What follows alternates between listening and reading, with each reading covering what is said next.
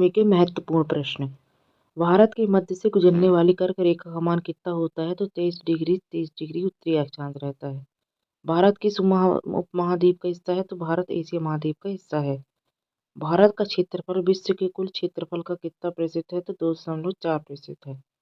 भारत के उत्तर में स्थित नवीन वलित पर्वत श्रृंखला कहाँ पर है? तो हिमालय में है। निम्न में से कौन सा जोड़ा नवनिर्मित केंद्र शासित प्रदेश का है? जम्मू कश्मीर और लद्दाख।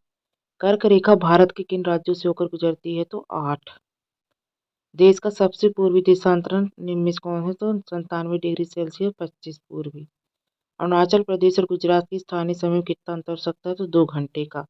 भारत के दक्षिण में कौन सा सागर है? तो हिंद महासागर है। उसके बाद लिखा है भारत की भूमि का क्षेत्रफल 32,8 लाख वर्ग किलोमीटर है। भारतीय संघ का सबसे दक्षिणतम बिंदु जो जलमग्न हो गया इंदिरा पॉइंट। अरब सागर भारत के पूर्व में दिशा में स्थित है। भारत के पूर्व दिशा में स्थित जलीय संरचना को बंगाल की खाड़ी कहा जाता है। पृथ्वी के मध्य में 0 डिग्री अक्षांश रेखा किस नाम से जाना जाता है? तो भूमध्य रेखा से। भारत के स्थलीय पड़ोसी देशों की संख्या कितनी है? तो 8।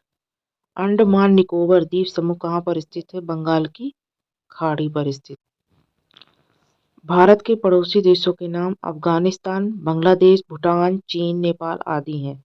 क्षेत्रफल की दृष्टि से विश्व के 7 बड़े देशों के नाम तो कौन कौन से? सबसे पहले रूस, कनाडा, उसके बाद यहाँ पर दिया हुआ अमेरिका, चीन, है ना, ब्राजील, ये सारे हैं।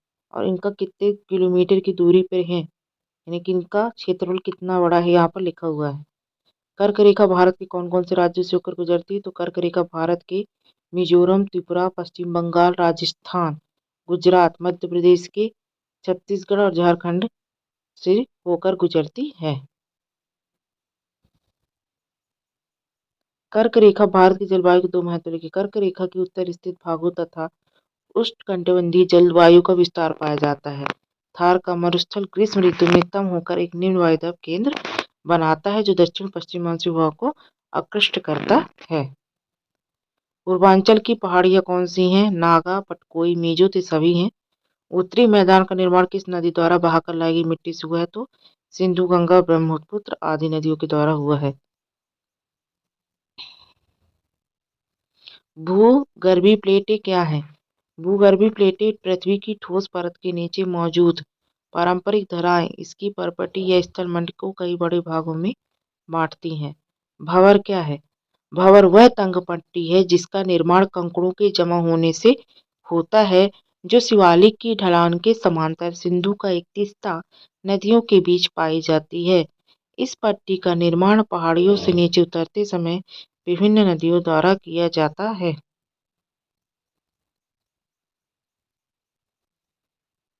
बांगर और खादर भूमि में अंतर। बांगर पुरानी जड़ोल मृदा होती है जबकि खादर नई जड़ोल को खादर कहते हैं। बांगर यह मृदा नदी के बेसिन से दूर पाई जाती है। यह मृदा नदी बेसिन के पास पाई जाती है। बांगर भूमि कम उपजाऊ होती है जबकि खादर भूमि की उर्वरा शक्ति अधिक मानी गई है।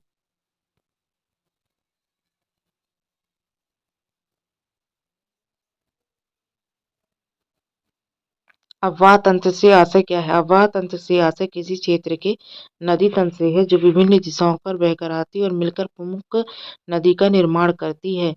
नमामि गंगे परियोजना क्या है? नमामि गंगे परियोजना एक एकीकृत संरक्षण मिशन है जिसमें राष्ट्रीय नदी गंगा से संबंधित 2 उद्देश्यों प्रदूषण के प्रभाव को कम करना तथा उसके संरक्षण और कार्यकाल को पूरा किया जा। डेल्टा किसे कहते हैं? समुद्री मुहाने पर नदी निक्षेपण क्रिया के द्वारा मिट्टी एवं बालू के महीन कणों से निर्मित अवसाद की त्रिभुजाकार आकृति डेल्टा कहलाती है। किसी नदी तथा उसकी बड़ी सहायक नदियों को नदी तंत्र कहा जाता है।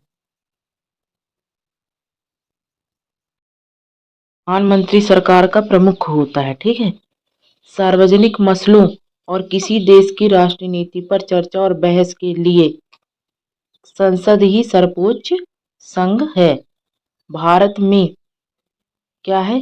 कैबिनेट सबसे अधिक प्रभावशाली संस्था है।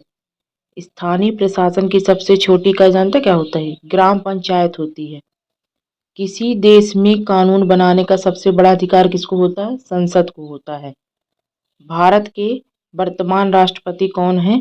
तो द्रौपदी मुर्मू जी हैं। उसके बाद आता है प्रधानमंत्री सरकार का प्रमुख होता है। तो सत्य है कि असत्य? सत्य होता है। ठीक है। भारत सरकार ने 1983 में दूसरा पिछड़ी जाति आयोग गठित किया गया था। ये क्या है? असत्य है। किसी देश में कानून बनाने का सबसे बड़ा अधिकार संसद को होता है। तो ये सत्य है। हमारे देश में संसद के 3 सदन हैं। सत्य है। प्रधानमंत्री की सलाह पर राष्ट्रपति लोकसभा को कभी भी भंग कर सकता है। ये भी सत्य है। अब इसमें सही जोड़ी में राज्यसभा तो काउंसिलिंग ऑफ स्टेट्स, लोकसभा क्या कहलाएगा? House of people. भारत में न्यायपालिका एकीकृत, रक्षा बलों का सुप्रीम कंपाउंडर राष्ट्रपति, देश में कानून बनाने का अधिकार संसद को जाता है। भारत में मौलिक अधिकारों का संरक्षक कौन है? तो सर्वोच्च न्यायालय है। अपर हाउस किसे कहा जाता है? तो राज्यसभा को। जब हम सरकार के बारे में बात करते हैं तो हमारा तात्पर्य आमतौर किससे होता है? कार्यपालिका से। सरकार का प्रमुख कौन होता है? प्रधानमंत्री। संसद द्वारा पारित कोई विधेयक किसकी मंजूरी के बाद ही कानून बनता है? राष्ट्रपति। प्रधानमंत्री की नियुक्ति कौन करता है? तो राष्ट्रपति। सरकार से क्या अर्थ है ये बताइए। तो संस्थाओं का ऐसा समूह जिसके पास देश में व्यवस्थित जनजीवन सुनिश्चित करने के लिए कानून बनाने, लागू करने, उसकी व्याख्या करने का अधिकार होता है, सरकार कहलाती है। अर्थात सरकार किसी देश के लोगों और संसाधनों को नियंत्रित और उनकी निगरानी करती है, उसी को हम सरकार कहते हैं। आरक्षण क्या होता है?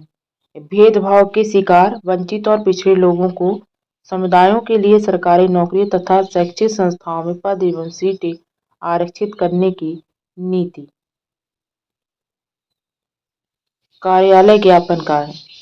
कार्यालय ज्ञापन सियासत सक्षम अधिकारी द्वारा जारी पत्र जिससे सरकार के फैसले या नीति के बारे में बताया जाता है। कार्यपालिका क्या है?